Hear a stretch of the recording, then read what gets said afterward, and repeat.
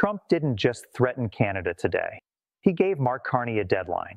And when a sitting American president draws a line in the sand against the country that shares the longest undefended border in human history, you are no longer watching politics.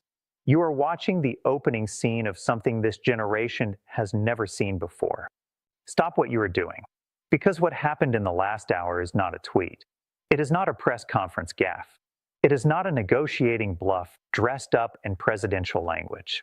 What Donald Trump said today about Canada, about Mark Carney, about the sovereign nation that sits on America's northern border, the nation that has stood beside the United States in every war, every crisis, every moment of civilizational reckoning for the last 2 centuries, is something that political historians will be writing about for decades. And most of the people watching the news right now do not understand the full weight of what just dropped. But you're about to. If you have ever wondered what it looks like when a superpower turns on its closest friend, you are watching it in real time. If you have ever wondered what it feels like when the rules that governed an entire continent for over 200 years get shredded in a single afternoon, today is the day you find out. The world you woke up in this morning is gone, and the one replacing it is colder, more dangerous, and more unpredictable than anything North America has faced since the Cuban Missile Crisis pointed Soviet warheads 90 miles off the Florida coast. Here is what you need to understand before we go any further. The relationship between the United States and Canada is not just a diplomatic relationship. It is not just a trade relationship. It is the most deeply integrated bilateral partnership in the history of the modern world. 2 countries, 1 economy, 1 defense perimeter, 1 shared electrical grid in places, 1 shared water system, 1 border so open, so trusted, so historically peaceful that it earned the title of the longest undefended border on Earth. 5,525 miles of land where 2 nations decided, generations ago, that they did not need guns pointed at each other to feel safe. That decision was not just a policy. It was a philosophy. It was a declaration to the rest of the world that 2 democracies, 2 free peoples, could share a continent without domination, without coercion, without one telling the other to obey. Donald Trump just torched that philosophy today, and he did it publicly, and he did it with a smile. To understand what just happened, you have to understand the world that existed before today. You have to understand the assumption, the deep, bedrock, foundational assumption that every Canadian prime minister, every American president, every NATO general, every Wall Street banker, and every farmer on both sides of that border has operated under for generations. That assumption was simple. The United States and Canada are partners, not master and subject. They negotiate. They disagree. They impose tariffs. They argue about softwood lumber. They fight about dairy quotas and auto parts and pharmaceutical pricing. But they do it as equals. And at the end of every dispute, both nations walk away with their sovereignty intact. That was the rule. That was the understanding. That was the invisible contract written not in law, but in the shared memory of 2 peoples who chose cooperation over conquest. Trump did not just challenge that rule today. He declared it dead. He looked at Canada's newly elected prime minister and he said, in language that left no room for interpretation, that Canada must obey, not negotiate, not compromise, obey. And behind that word, that single, loaded, historically catastrophic word, was the shadow of military force. Now let's talk about the players. Because this story is not just about policy. It is about 2 men, 2 visions of power, and 1 continent that is caught between them. Donald Trump is 78 years old, and he has spent the last 4 years in political exile dreaming of this moment. He came back to the White House in January 2025 not as a man seeking redemption. He came back as a man seeking dominance. The first Trump term, for all its chaos, still operated within certain guardrails, advisors who pushed back, institutions that resisted, norms that bent but did not fully break. This second term is different. The guardrails are gone. The advisors who remain are loyalists, not skeptics. The institutions have been weakened by 4 years of assault and one landslide election result that Trump has interpreted not as a political victory, but as a personal mandate from God and the American people to do whatever he believes is necessary. Trump in 2025 is not the Trump of 2017. He is more confident, more isolated, more ideologically pure, and more dangerous to the international order than at any previous moment in his political life. And what does Trump believe?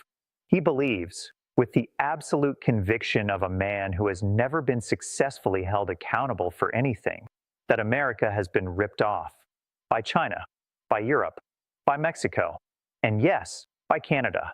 He believes that the trade relationships, the alliances, the international agreements that defined the post-World War II order were deals made by weak American leaders who sacrificed American workers on the altar of global cooperation. He believes that the only language the world respects is strength, and he has decided that Canada, quiet, polite, hockey-playing, peacekeeping Canada, is going to be the country that proves his point. Now meet the man on the other side of this confrontation, Mark Carney. If Donald Trump is a political creature born from the rage of the American heartland, Mark Carney is something almost entirely opposite. Carney is a technocrat of the highest order, a man who ran the Bank of Canada during the 2008 financial crisis, then ran the Bank of England through Brexit, one of the most economically turbulent events in modern British history. He is calm where Trump is volcanic. He is precise where Trump is scattered. He is deeply, almost surgically rational in a moment that demands a rational mind. Carney became the leader of the Liberal Party of Canada in early 2025, replacing Justin Trudeau after Trudeau's political collapse, and he won the subsequent federal election on a platform that was, in large part, built around standing up to Donald Trump. The Canadian people did not elect Mark Carney despite his promise to resist American pressure. They elected him because of it. So you have a president who demands obedience, and you have a prime minister whose entire electoral mandate is built on refusing to give it. This was always going to explode. The only question was when and how loudly. Here is what happened today, step by step, piece by piece, the way it actually unfolded. Trump had been escalating his rhetoric about Canada for weeks. Since returning to office, he had reimposed and expanded tariffs on Canadian goods, steel, aluminum, auto parts, lumber, agricultural products, at levels that economists described as punishing and that Canadian industry described as existential. He had revived his suggestion, which he first floated casually and then began repeating with increasing seriousness, that Canada should become the 51st state of the United States. Most analysts initially dismissed this as Trumpian bluster, the kind of provocative hypothetical he floats to dominate a news cycle and watch the world react. But something shifted in the last several weeks. The tone changed. The framing changed. Trump stopped presenting the 51st state idea as a joke or a thought experiment. He started presenting it as an inevitability, as something that would be better for everyone if Canada simply accepted it. And then today, the language escalated to a place it has never gone before. Trump, in remarks that sent shockwaves through Ottawa, through NATO headquarters in Brussels, through every allied capital in the Western world, directly threatened Canada with consequences that went beyond economic pressure. He told Mark Carney, publicly, that the Canadian Prime Minister needed to understand who he was dealing with. He referenced American military and economic power in the same breath that he referenced Canada's future. He made clear, and these are not paraphrased, these are the reported characterizations coming out of multiple news organizations covering the remarks, that the United States had options beyond tariffs if Canada continued to resist American demands. He said Carney needed to obey. That word, obey, did not appear in a background briefing. It did not appear in a leaked memo. It appeared in Trump's public remarks, directed at the head of government of a sovereign allied nation. Let that land for a moment. The President of the United States told the Prime Minister of Canada, to obey him, not to cooperate, not to come to the table, not to reconsider his position, to obey. Carney's response was immediate, and it was not soft. The Canadian Prime Minister, who spent years navigating the most powerful financial institutions in the Western world, who has sat across tables from central bankers, heads of state, and crisis negotiators on multiple continents, did not flinch. He said Canada is not for sale. He said Canada will not be bullied. He said the Canadian people chose sovereignty, and sovereignty is what their government will protect. And then, in a line that will define his political career for as long as it lasts, he said that Canada has friends all over the world, and it will not be without options. That last sentence is more important than it sounds, because Mark Carney is not a man who uses words carelessly. When a former central banker, a man who spent his career speaking in measured, precise, globally consequential language, tells you that his country will not be without options, he is not speaking rhetorically. He is sending a signal to Beijing, to Brussels, to New Delhi, to every capital on earth that has been watching the United States dismantle its own alliances and wondering who will fill the vacuum. Now follow the money, because this is where the story stops being about two men and starts being about you. Canada is the single largest export market for the United States. Not Mexico, not China, not the entire European Union. Canada. In 2024, bilateral trade between the two countries exceeded $700 billion. Nearly 2 million American jobs depend directly on trade with Canada. The energy sector alone, Canadian oil flowing through pipelines into American refineries, powering American cars, heating American homes, is so deeply integrated that economists have described the North American energy relationship as a single system with an international border drawn through the middle. If that relationship fractures, if Canada begins rerouting its energy exports, if it begins redirecting its trade toward Europe and Asia and China, if it begins building the kind of parallel economic architecture that a nation builds when it has decided its southern neighbor cannot be trusted, the costs to ordinary Americans will not be abstract. They will show up in gas prices. They will show up in grocery bills. They will show up in manufacturing layoffs in Michigan and Ohio and Pennsylvania, in the very states that gave Trump his second term on the promise that he would make their economic lives better. The people who will pay for this confrontation are not the people in the room where it is happening. They're the people watching this video right now. They are the auto worker in Windsor, Ontario, and the auto worker in Detroit, Michigan, who both depend on the same integrated supply chain that Trump is now threatening to shatter. They are the farmers on both sides of the border who sell to each other, buy from each other, and have built entire business models on the assumption of frictionless trade. When a president plays chicken with $700 billion in trade, ordinary people do not get to sit in the passenger seat. They get to stand on the road and watch the cars coming. But here is where the story gets darker, because there is a deeper truth underneath all of this that the headlines are not capturing. What Trump is doing to Canada is not really about Canada. Canada is the test case. Canada is the proof of concept.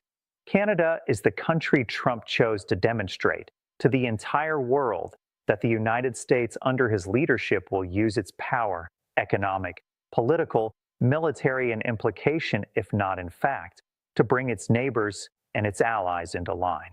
If he can make Canada obey, the message to every other nation on earth is deafening. If Canada, wealthy, democratic, English-speaking, deeply American-integrated Canada, can be brought to its knees and told to comply or face consequences, then what chance does anyone else have? What chance does a small Southeast Asian nation have? What chance does a Central American country have? What chance does a NATO ally in Eastern Europe have if the United States decides that alliance commitments are now conditional on ideological and economic compliance? This is the doctrine of dominance replacing the doctrine of partnership. And once that replacement is complete, the world that existed since 1945, the world of international law, collective security, multilateral trade agreements, and the peaceful resolution of disputes, does not come back quietly. It is replaced by something that history has a very clear name for: empire. The United States was founded on a rejection of empire. The entire American founding mythology is built on the story of a people who refused to be dominated by a distant power that taxed them without representation, that dictated their commerce, that told them to obey.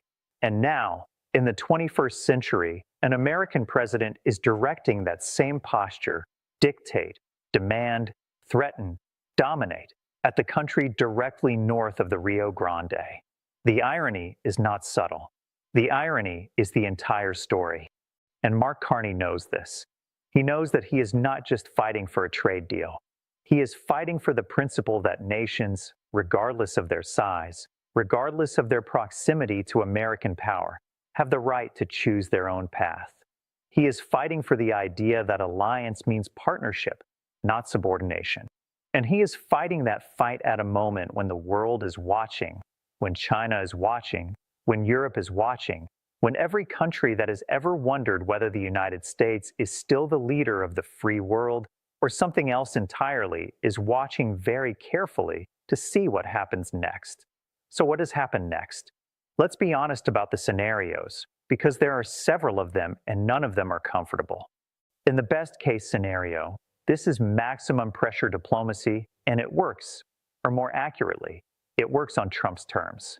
Carney, facing an economy under strain from the tariffs, facing a Canadian business community screaming for relief, facing polling numbers that begin to slip as Canadian households feel the squeeze, eventually returns to the negotiating table and agrees to terms that give Trump enough of a political win to declare victory. The tariffs ease.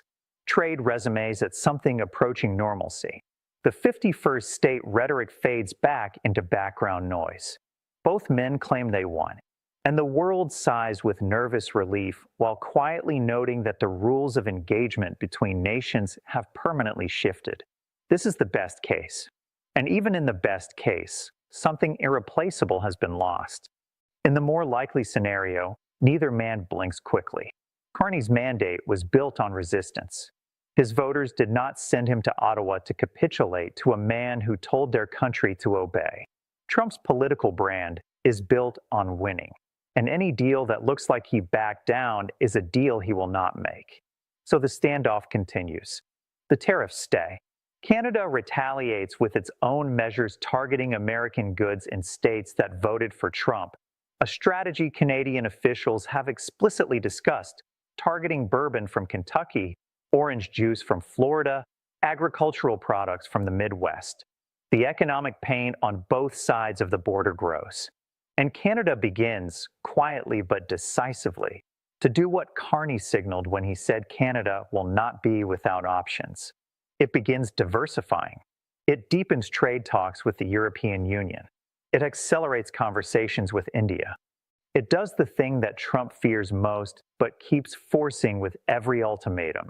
It starts building an economic architecture that does not depend on American cooperation. In the worst-case scenario, and it is important to say clearly that this is not a certainty, but it is a possibility that serious analysts are no longer dismissing, the rhetoric about military force stops being rhetoric. Trump has surrounded himself with advisors and cabinet members who share his view that American power should be exercised without apology and without the restraints of international convention. The suggestion that the United States might use military or quasi-military pressure to bring Canada into compliance is not coming from nowhere. It is coming from a White House that has already shown it is willing to say things that previous administrations considered unsayable. And once you say unsayable things long enough without consequence, they stop being unsayable. They start being policy. A military conflict between the United States and Canada would not just be a catastrophe for both nations. It would be the end of the Western alliance as it has existed since World War II. NATO does not survive the United States attacking a NATO member. The dollar's status as the world's reserve currency does not survive the kind of global realignment that would follow.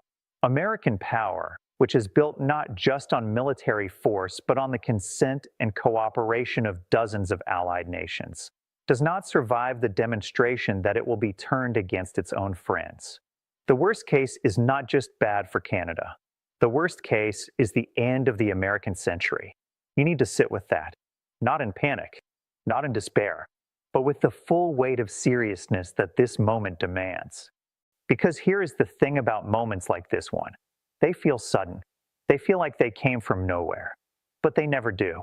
This moment was built piece by piece, over years of eroding norms, of accepting behavior that would have disqualified any previous political figure, of treating the institutions and alliances and agreements that keep the peace as optional, as negotiable, as inconveniences rather than necessities.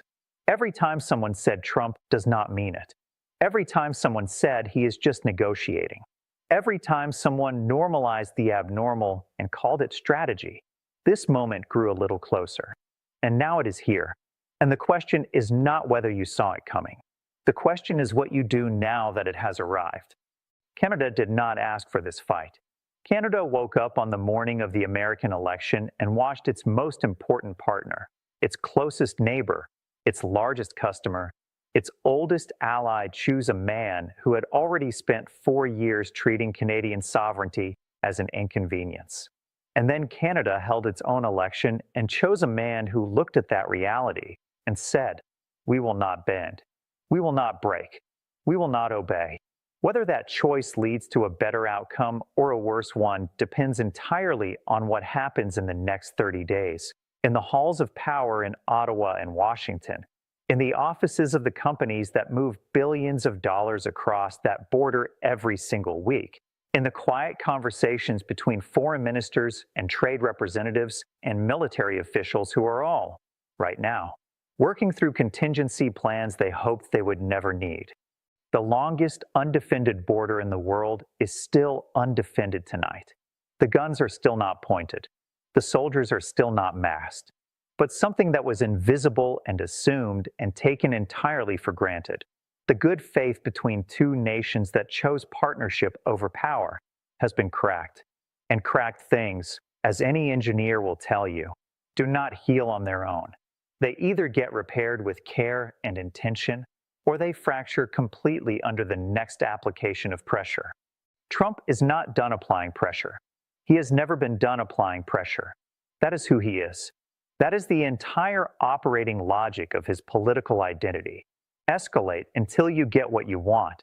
And if you do not get what you want, escalate further. The question for Mark Carney, for Canada, for every American who is watching this unfold from the other side of a border they once never thought to question, is this: at what point does pressure become rupture? At what point does the threat become the action? At what point does the world that everyone assumed would always be there, stable, cooperative, governed by something resembling shared rules, admit that it is gone? That point may be closer than anyone is comfortable saying out loud. And the fact that it is not being said loud enough, in enough living rooms and enough town halls and enough comment sections and enough conversations between people who care about the direction of this country, that silence is part of the problem. Because history does not announce itself. It does not send a warning. It does not wait for you to be ready.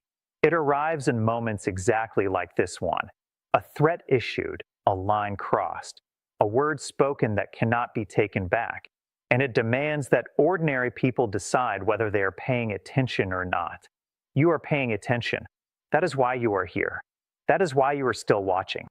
So here is what I need you to do. I need you to ask yourself one question, and I need you to think about it seriously enough to put your answer in the comments below, because this conversation needs to happen, and it needs to happen now.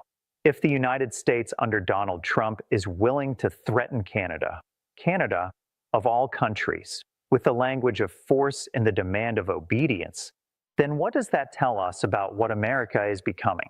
And more importantly, what do we do about it?